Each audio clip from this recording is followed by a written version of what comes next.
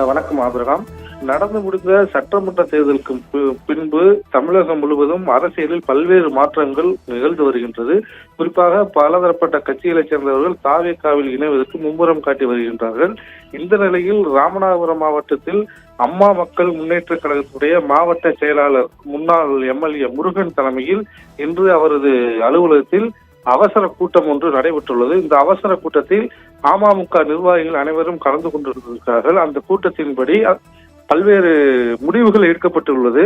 குறிப்பாக என்டிஏ கூட்டணி படுதோல்வி நடந்து முடிந்த சட்டமன்ற தேர்தலில் என்டிஏ கூட்டணி படுதோல்வி அடைந்ததன் காரணமாக ராமநாதபுரம் மாவட்டம் முழுவதும் உள்ள அம்மா மக்கள் முன்னேற்ற கழக நிர்வாகிகள் கூண்டோடு ராஜினாமா செய்வது என்று தீர்மானம் நிறைவேற்றி இருக்கின்றார்கள்.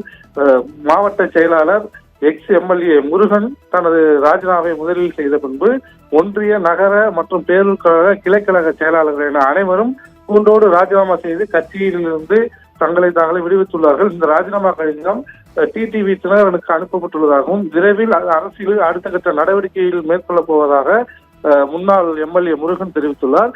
இந்த சூழ்நிலையில் முருகன் தனது ஆதரவாளர்களோடு விரைவில் தாவேகாவில் விஜய் முன்பு இணைவார் என்றும் கூறப்படுகின்றது.